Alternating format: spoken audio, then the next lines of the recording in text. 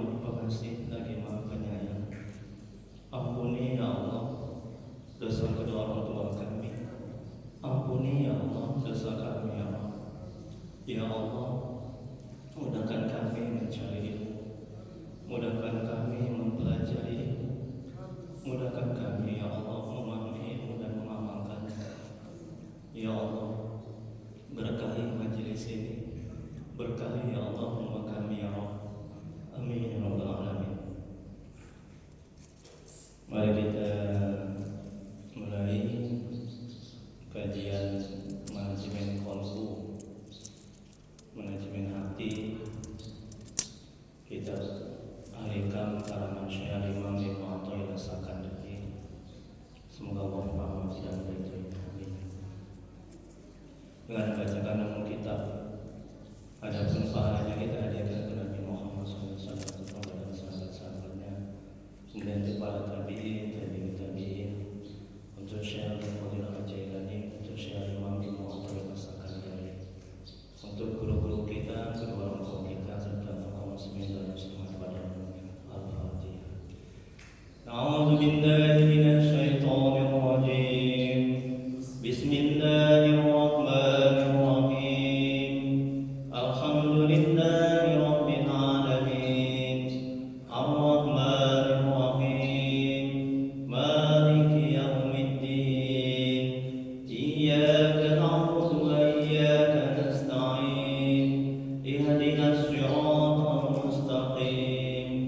Siratal ladzina an'amta 'alaihim ghairil maghdubi 'alaihim waladdallin. Amin.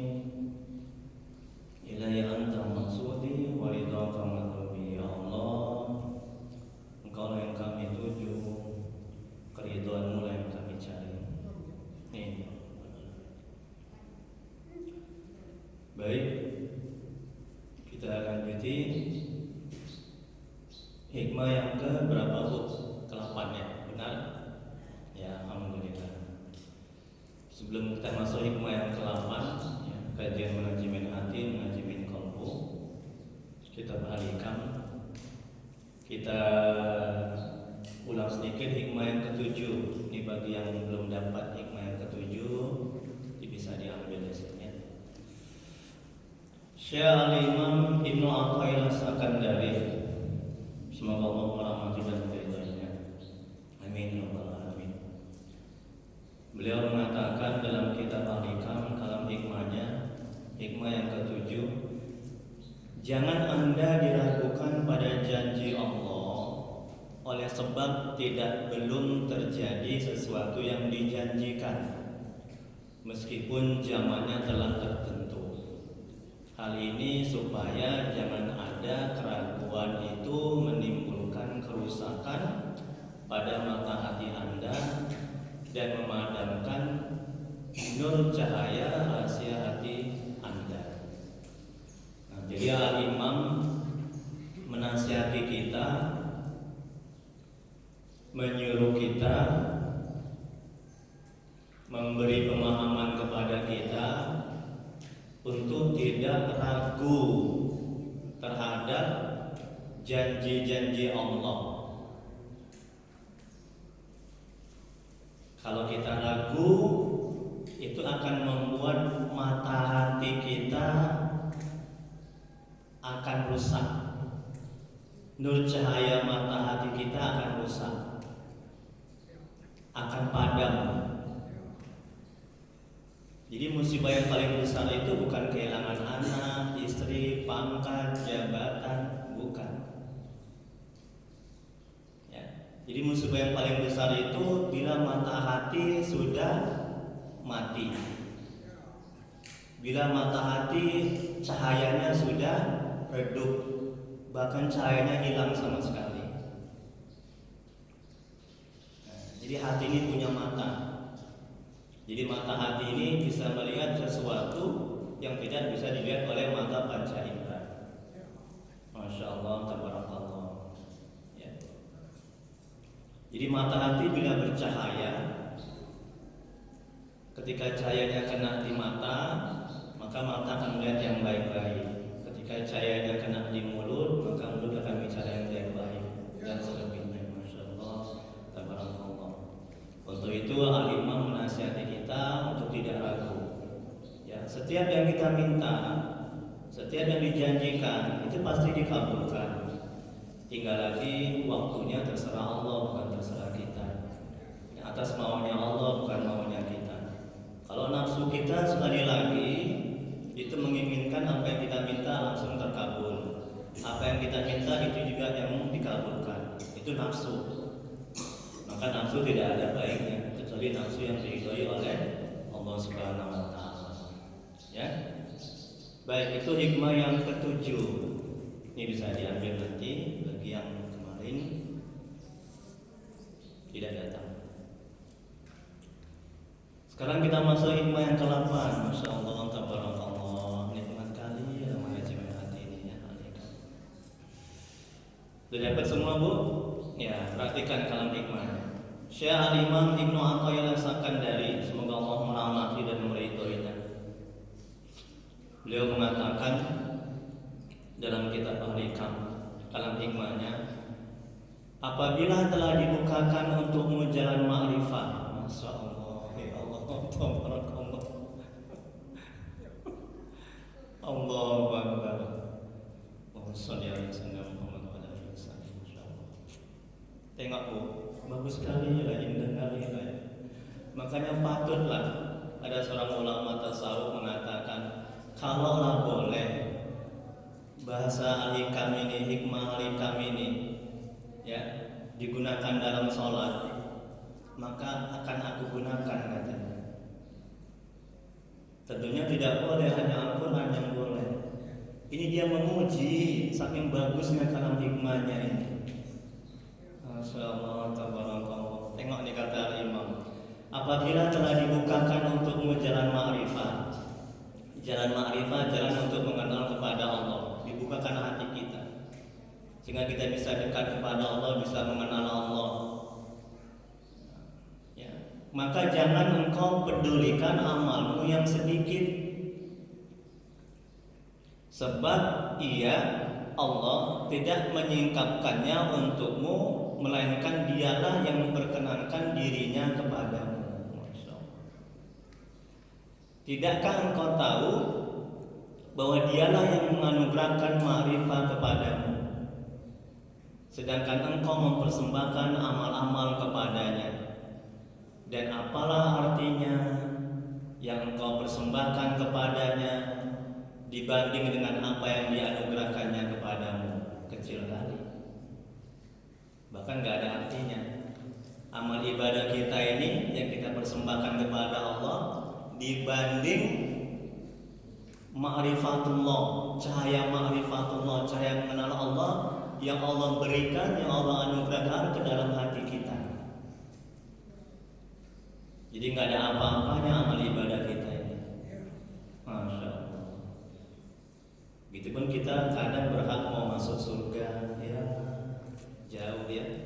Amal dibandingkan dengan surga. Sungguh bernilai surga ketimbang amal ibadah kita yang banyak cacatnya.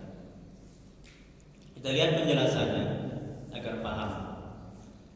Mengenal ma'rifah kepada Allah ialah kita merasakan bahwa Allah ada dimanapun kita berada, dimana saja kita berada. Ini Bu, tanda kita sudah mengenal Allah. Ini hati nih, manajemen hatinya nih, manajemen qalbu, ya. Nah, tanda kita sudah mengenal Allah, di dapur kita merasakan Allah tuh ada. Jadi kita masak itu, ya, itu atas bantuan Allah, pertolongan Allah, karunia Allah, atas izin Allah kita bisa masak. Kalau itu yang kita rasakan, kita sudah mengenal Allah. Begitu caranya Bu. Coba hati Ibu itu digitukan. Coba rasakan dalam hati itu. Ibu bisa masak itu karena bantuan Allah, pertolongan Allah di dapur. Kalau ibu belum bisa merasakan seperti itu, maka sia-sia masak ibu nggak jadi amal ibadah. Dari mulai sekarang begitu riadohnya. Mengurus suami, mengurus istri. Ibu bisa ngurus suami, ngurus istri. Itu atas bantuan Allah, atas izin Allah, atas pertolongan Allah. Jadi la haula wala quwata illa billahil. Tidak daya dan upaya kecuali dengan bantuan Allah, pertolongan Allah. Coba rasakan seperti itu. Kalau ibu sudah bisa merasakan, tanda ibu sudah mengenal Allah. Kalau belum, berarti belum mengenal Allah. Sia-sia hidup kalau kita nggak bisa mengenal Allah. Ya. Jadi kiai kami di Madura, ya, beliau mengatakan, semoga Allah merahmati dan meridhai mereka. Sekali hidup, hiduplah yang berarti, kata mereka, kata kiai kami. Takut hidup, mati saja. Sekali hidup, hiduplah yang berarti. Apa hidup yang berarti? Hidup yang berarti adalah bila kita hidup sudah mengenal Allah. Ya Allah, nikmat kali Bu. Ya. Kalau hati ini, di manajemen kolbunya. Kalau hati ini sudah merasakan, ya, bahwa semua aktivitas ini, semua aktivitas kita, kegiatan kita, ya, itu semata-mata karena bantuan Allah, pertolongan Allah, dan pada hakikatnya perbuatan Allah. Kita nggak akan kecewa, sakit hati, sedih ketika apa yang kita lakukan belum dipuji, belum dibalas budii, tidak diperhatikan. Nah, ini tadi kata Al-Imam, mengenal ma'rifat kepada Allah ialah kita merasakan bahwa Allah ada di mana saja kita berada. Dan kalau kita sudah merasakan Allah itu ada, kita akan takut berbuat maksiat dan dosa. Kenapa kenapa orang gampang korupsi, gampang buat dosa? Karena dia dalam hatinya dia tidak merasakan Allah itu ada. Allah melihatnya, Allah memperhatikannya. Jadi manajemen kolbunya agar kita terhindar dari maksiat dan dosa, agar hati kita tenang, agar setan menjauh, nafsu jinak dan terkekang. Coba timbulkan kesadaran dalam hati, Allah bersamaku, Allah melihatku, Allah menatapku. Itulah wirid para wali-wali Allah sebagian. Masya Allah. Kemudian berikutnya, Allah melihat hal keadaan kita, ya, dan pula perasaan kita yang bercampur dengan akidah yang mendalam, bahwa tidak ada yang berbuat dan berkuasa selain hanya Allah. Saya ceramah ini pada hakikatnya Allah yang buat, bukan saya. Kalau itu yang kita rasakan, ya Allah, bagaimana bisa kita mau ujub, bangga, merasa hebat, merasa mulia? Kalau Allah nggak buat, Allah nggak ciptakan, saya nggak bisa ceramah. Ibu nggak bisa duduk di sini.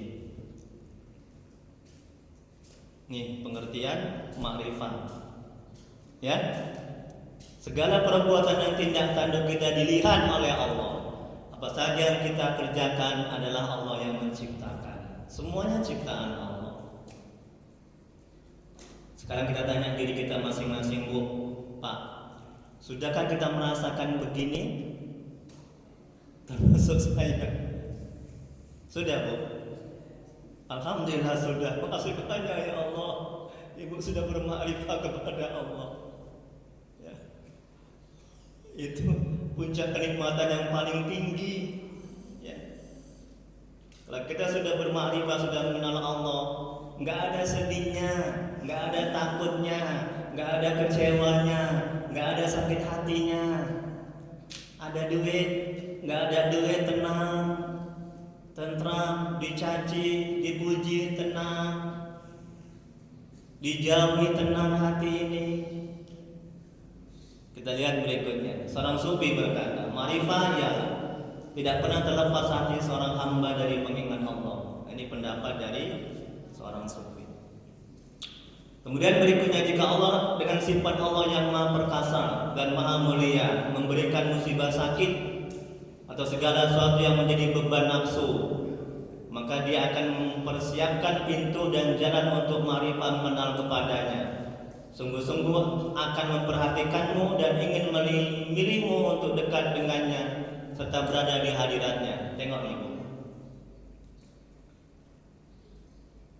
Jadi berbagai macam cara Allah untuk memberikan ma'rifahnya, cahaya ma'rifahnya, cahaya mengenalnya ke dalam hati kita.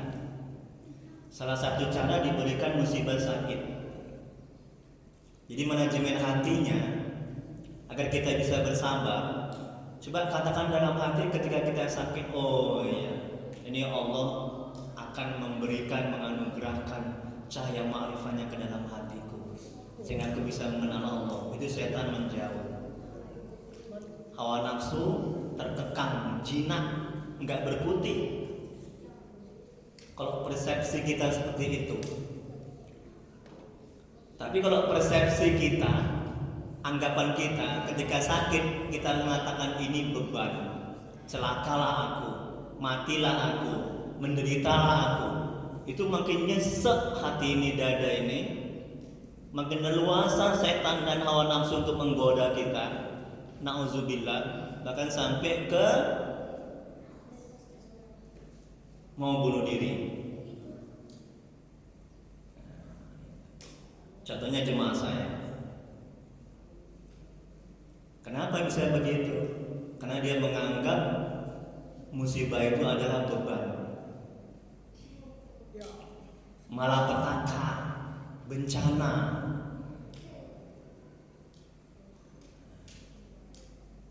Begitu jadinya.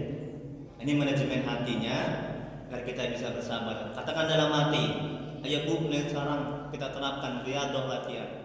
Ketika sakit, katakan dalam hati, oh iya, ini seperti kata Al-Imam, dengan sakit ini Allah akan menganugerahkan cahaya ma'rifatullah, cahaya mengenal Allah ke dalam hatiku. Coba Bu, perhatikan Bu, berapa banyak orang yang tadinya tidak mengenal Allah ketika sehat diberikan sakit jadi mengenal Allah. Betul? Betul kan? Betul kan Pak? Pak Haji betul kan? Betul kan Bu? Kalau nggak betul, betul aja Ibu ya. Ini betul serius. Ketika sehat dia nggak bisa mengenal Allah. Ketika sakit, oh terucap pintar Pak Haji. Ketika sehat lafaz Allah nggak pernah terucap dari mulutnya. Ketika sakit, Allah asam urat, Allah kolesterol, Allah kenal Allah dia. Semakin bagus doanya, semakin banyak zikirnya. Tengok itu. Benar kata Al-Imam ini dalam kitab Al-Hikam. Ya kan? Dalam musibah sakit. Makanya kalau sakit Bu, jangan buru-buru minta sembuh. Ya. Ustaz apa ini? Masa jangan buru-buru minta sembuh. Itu musibah sakit hari raya buat para orang-orang soleh, para wali-wali Allah. Ya Allah, ayo sama-sama kita belajar dari mulai sekarang. Jangan menjadi beban sakit itu. Jangan beranggapan itu sudah malapetaka, bencana dan kiamat sakit itu. Saya baru selesai sakit. Alhamdulillah. Karena kita belajar manajemen hati, lulus. Tapi hampir nggak lulus Pak Haji. Ya, banyak kali godaannya. Makanya nampak kurus saya. Tuh hikmahnya Bu, manajemen hati. Kalau kita terampil menata hati kita, selamat kita dunia akhirat. Nih kata Al-Imam, musibah sakit. Jadi sakit itu beban bagi nafsu. Nafsu nggak suka. Ya, nafsu itu nggak suka kalau kita sakit. Nafsu itu sukanya kalau kita sehat, lalai, banyak duit, poya-poya, itu nafsu suka.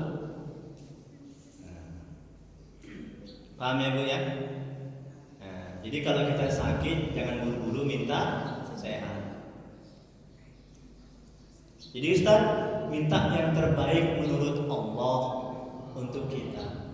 Kalau dengan sakit itu gugur dosa-dosa kita, semakin kita dekat kepada Allah, ya, semakin bagus doa kita, semakin banyak tahajud kita, ya, semakin bening hati kita, kan lebih baik sakit ketimbang sehat. Semakin bermakrifah kita mengenal Allah, tengok kan? Jadi serahkan yang terbaik menurut Allah. Jangan yang terbaik menurut kita. Ada yang terbaik menurut kita belum tentu baik menurut Allah. Boleh jadi kata Allah, engkau menyukai sesuatu padahal itu buruk, betul kan? Nah, iya. Sakit membuat engkau dekat kepada Allah itu lebih baik ketimbang sehat membuat engkau jauh dari Allah. Masya Allah, nikmat kali Bu. Tenang hati ini, makanya rugi kali yang ikut manajemen hati ini. Ya. Apalagi sekarang, waduh, begitu permasalahan yang kompleks, ya kan? Maksiat segala macam, ya.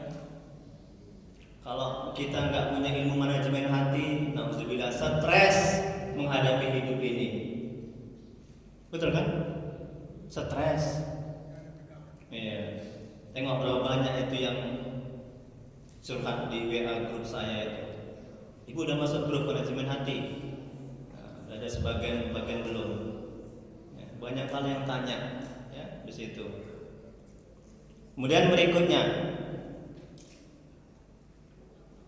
karena itu peliharalah etika bersama Allah dengan rela dan pasrah, serta berhubunganlah kepada Allah dengan kegembiraan dan kebahagiaan. Jangan merisaukan luputnya amal badaniyah, yaitu sakit jasmani, tidak bisa sholat, karena sungguhnya amal badaniyah hanya perantara bagi amal hati, yaitu ridho terhadap musibah. Sakit itu amal badan, sedangkan ridho, sabar itu amal hati. Amal hati lebih besar ganjarannya, pahalanya ketimbang amal badan. Karena amal hati yang sulit, sabar itu sulit, itu hati. Betul Pak? Betul Bu? Tapi nggak ada yang sulit kalau kita mau. Ya, kalau kita sungguh-sungguh, Allah akan tolong, Allah akan bantu, sehingga hati kita bisa bersabar. Tapi kalau kita nggak punya kemauan, kita nggak akan bisa bersabar. Inilah caranya untuk bisa bersabar, belajar manajemen hati. Karena letak ridho, letak sabar adanya di hati, bukan di akal pikiran. Ada yang tanya di WA group, Ustaz, mungkin Bapak Ibu tahu, mungkin kan saya share juga. Bagaimana hati ini bisa bergetar ketika bermunajat kepada Allah? Mungkin ada yang tahu nih pertanyaan ini. Bagaimana caranya Ustaz? Itu orang Jawa Timur sana, itu orang Jawa sana yang nanya. Ibu-ibu, wah dia taat dia itu, salut saya, udah tua, saya nggak sebutkan namanya. Ya. Bagaimana caranya? Nah, jadi saya jelaskan di situ, di antara caranya adalah mempelajari ilmu tentang hati, termasuk sabar. Sabar letaknya di hati, mesti dipelajari tentang hati. Nah, jadi sakit ini itu amal badan, sedangkan ridho, sabar itu adalah amal hati. Nah, jadi amal badan ini perantara bagi amal hati. Kemudian berikutnya, tidak semata-mata Allah membukakan pintu itu kecuali Allah berkehendak menghilangkan hijab antara engkau dan Dia. Apakah engkau tidak tahu bahwa semua ujian berasal dari kekuasaan Allah? Dialah yang mendatangkannya supaya engkau bisa datang kepadanya. Masya Allah. Tengok kan, ujian itu dari Allah, Dia yang memberikan supaya engkau kembali kepadanya, supaya engkau datang kepadanya. Ya Allah. Sedangkan amal badaniyah, engkau yang menghadiahkan kepada Allah agar engkau bisa sampai kepadanya. Salat kita, zikir kita, ya, ini taklim kita, ini belajar kita, ini amal badaniyah. Ini yang kita persembahkan kepada Allah supaya kita bisa sampai kepada Allah, bisa dekat kepada Allah. Tapi ingat, kita bisa mengenal Allah bukan karena amal ibadah kita. Kita bisa mengenal Allah, ma'rifatullah, semata-mata karena karunia Allah, anugerah Allah. Masya Allah.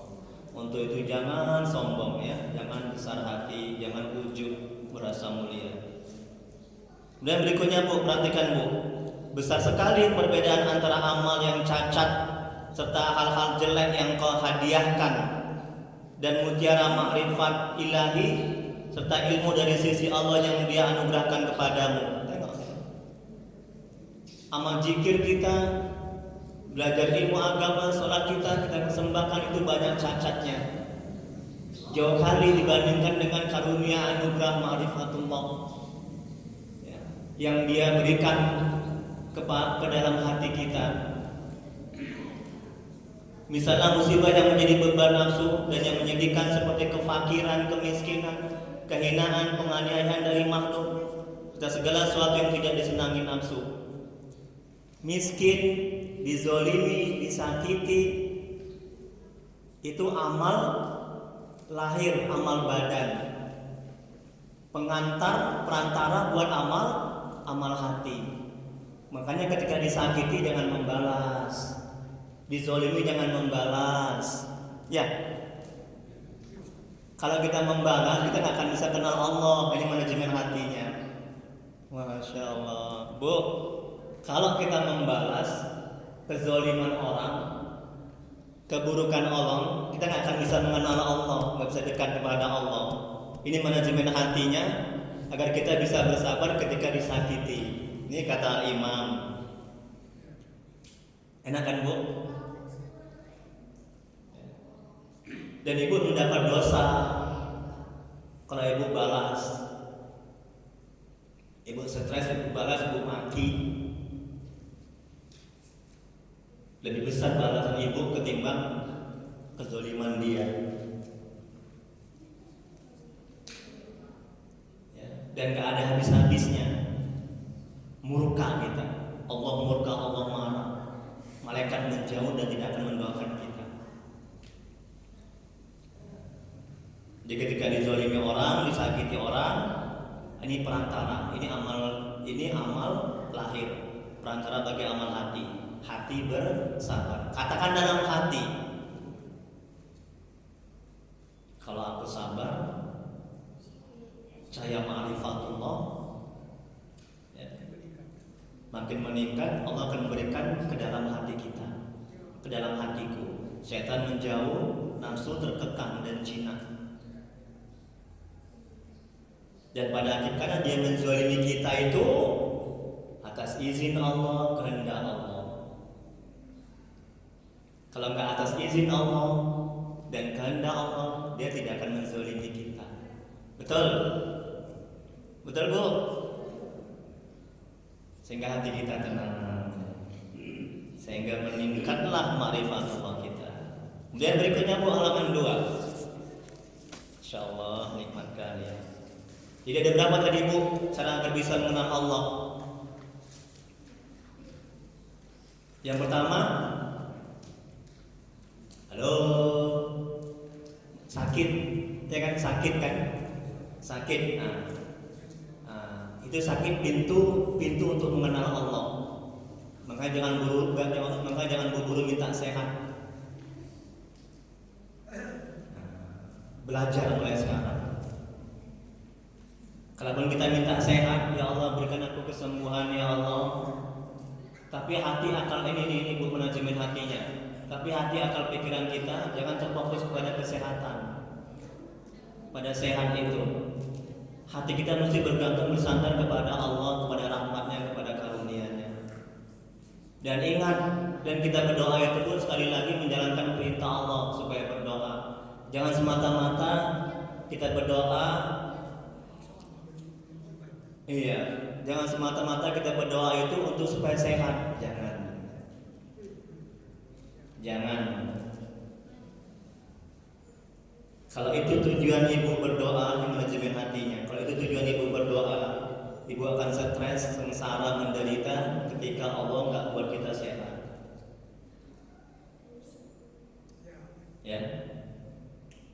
Tapi jadikanlah doa kita itu sebagai ibadah yang dapat pahala. Jadikan doa kita itu sebagai menjalankan perintah Allah, dapat pahala. Jadikan doa kita itu untuk memperjelas kita ini hamba Allah Tuhan kita.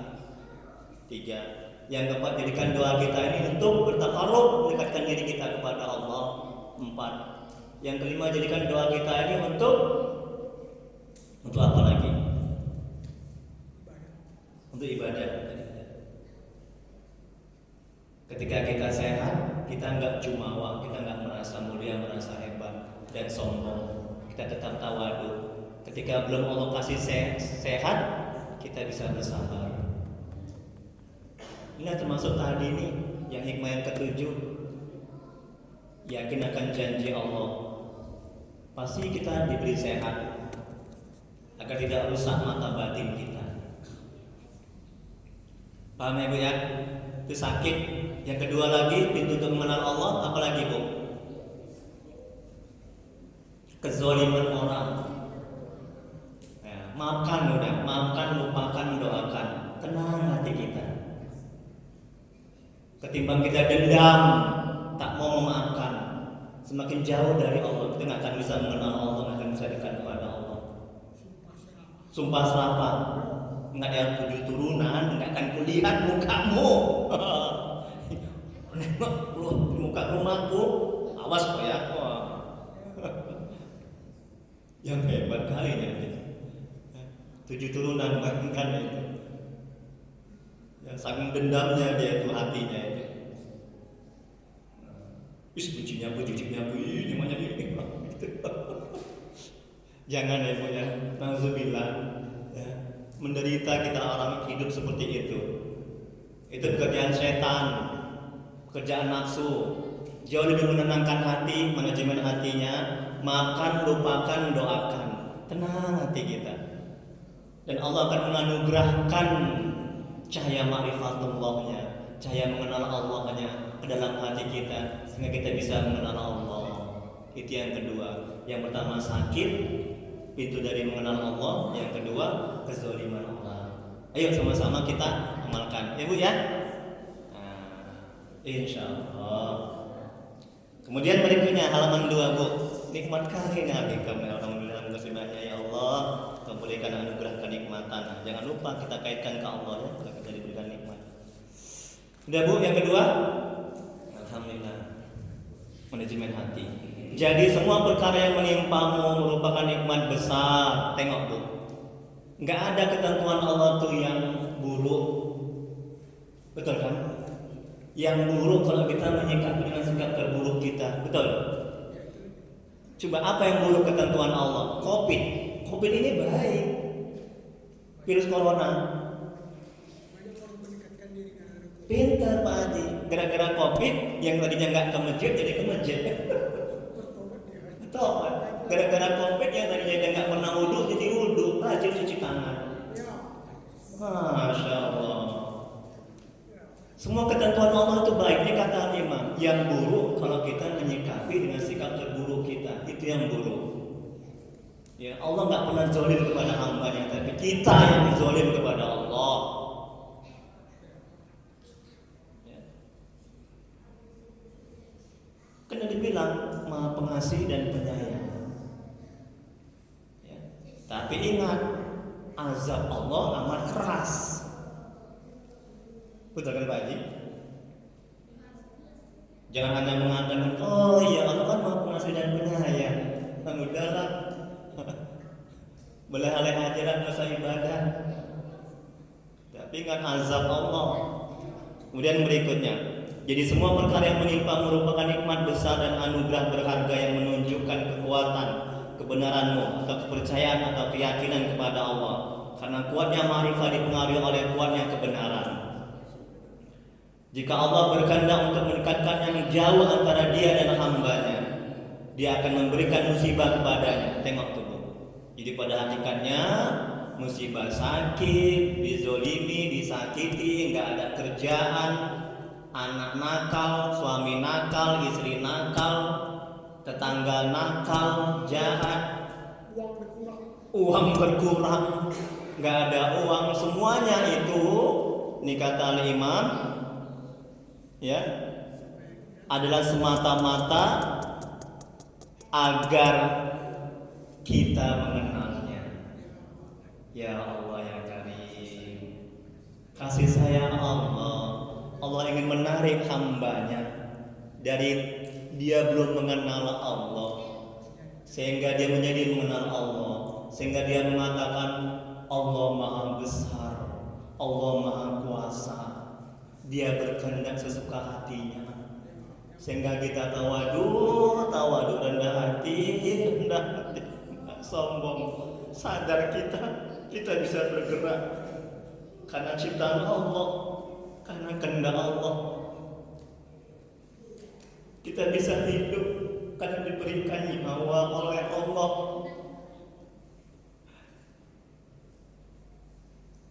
Kita bisa bernapas karena diberikan napas oleh Allah. Sadar kita, ya. Kalau enggak kita mati, enggak bisa apa-apa. Masya Allah, tabarakallah. Jadi kenal kita Allah, ya Bu ya. Ayo dari mulai sekarang, segala macam bentuk musibah, ya, itu pada hakikatnya Allah ingin memperkenalkan dirinya kepada kita. Itu pada hakikatnya Allah ingin menarik hambanya dari tidak mengenal Allah menjadi mengenal Allah. Tengok berapa banyak orang diberikan musibah, sakit, dizolimi, disakiti, kena PHK, nggak ada kerja, nggak ada duit, ya. Dia kembali kepada Allah dan mengenal Allah.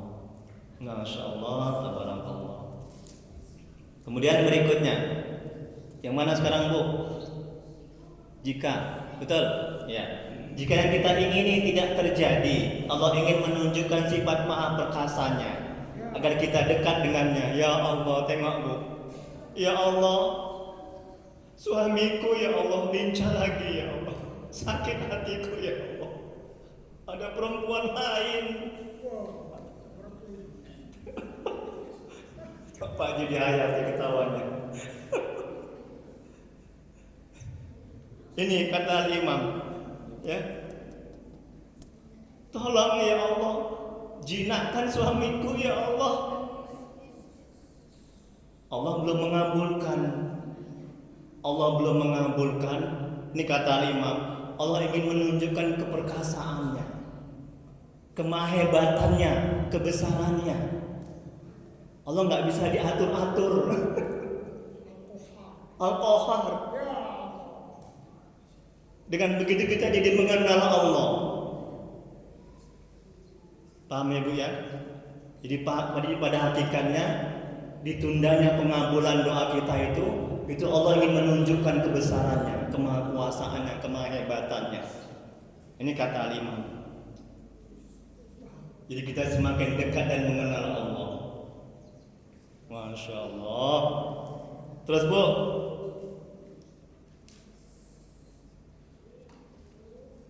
jadi jika yang kita ingini tidak terjadi, Allah ingin menunjukkan sifat maha perkasanya agar kita dekat dengan Allah, sehingga hati kita tenang, setan menjauh, hawa nafsu terkekang, jinak nafsu itu, sehingga hati kita tenang dan kita semakin dekat dan mengenal Allah.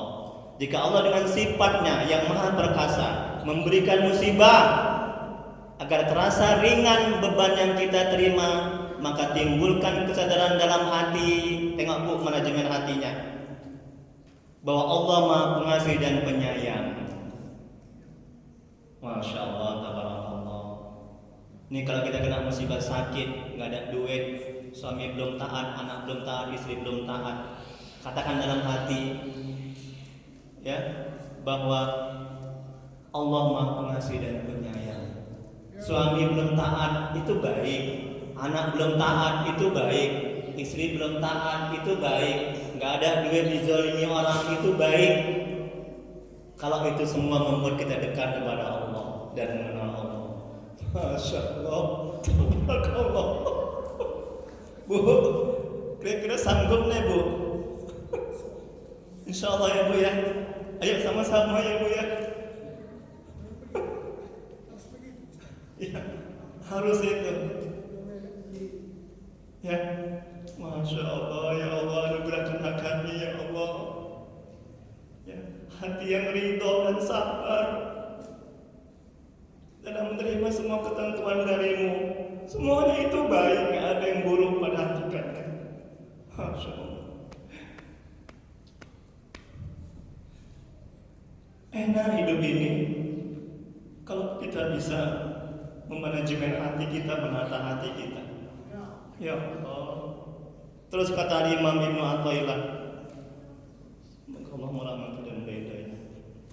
Yang mana sekarang Bu? Ya. Dalam perjalanan, perhatikan lagi Bu. Enak kalau ada teksnya kan, kalau nggak ada teksnya macam mana? Dalam perjalanan menuju kepada Allah, seorang salik harus memperbanyak amal untuk menekan dorongan-dorongan nafsu syahwat sehingga ia bisa sampai kepada Allah. Di sisi lain, seorang salik, kita ini salik Bu.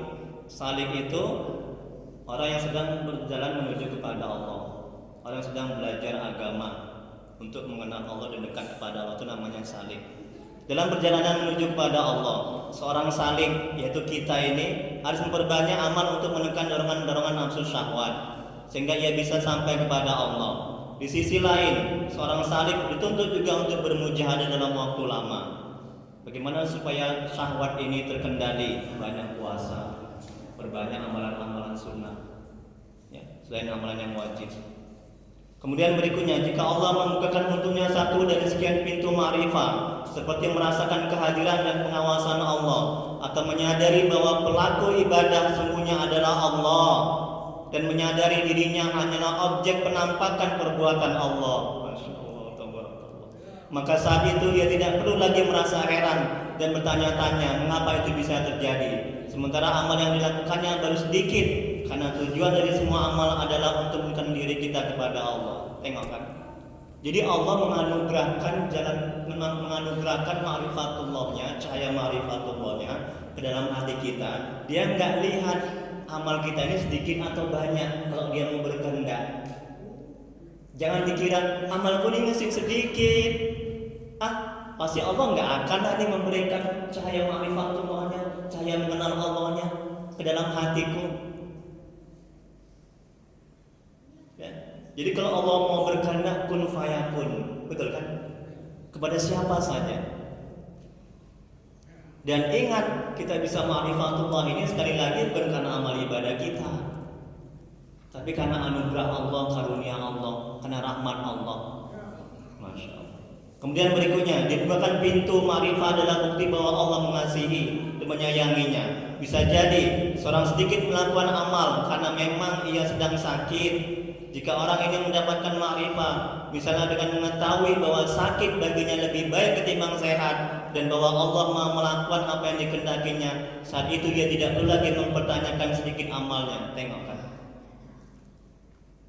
sakit lebih baik ketimbang sehat. Sakit membuat kita bisa mengenal Allah, dekat kepada Allah, rajin ibadah, itu lebih baik ketimbang sehat, membuat kita itu jauh dari Allah. Betul? Bermaksiat. Allah, tabarakallah. Tapi Bu jangan menantang Allah, ya Allah beri aku sakit. Jangan. Jangan, itu tidak boleh. Ya.